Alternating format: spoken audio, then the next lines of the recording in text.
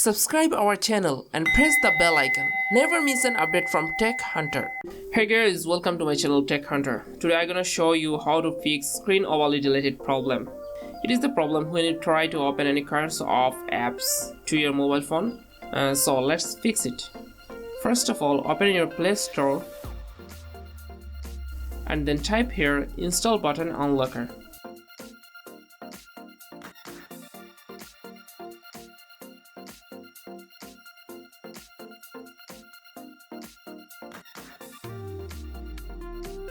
You can see an app like it. Install it. You can fix this problem without rotating your mobile phone.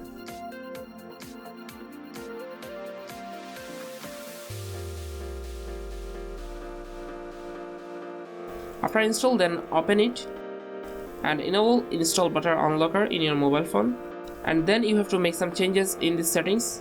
You will get an option here, install button unlocker. Enable it again and screen overly deleted problem completely solved. Now you can open any kinds of apps without this problem. I hope this trick will work for you. To get more new tutorials, please subscribe, like, comment, share, and thanks for watching this video. Subscribe our channel and press the bell icon. Never miss an update from Tech Hunter.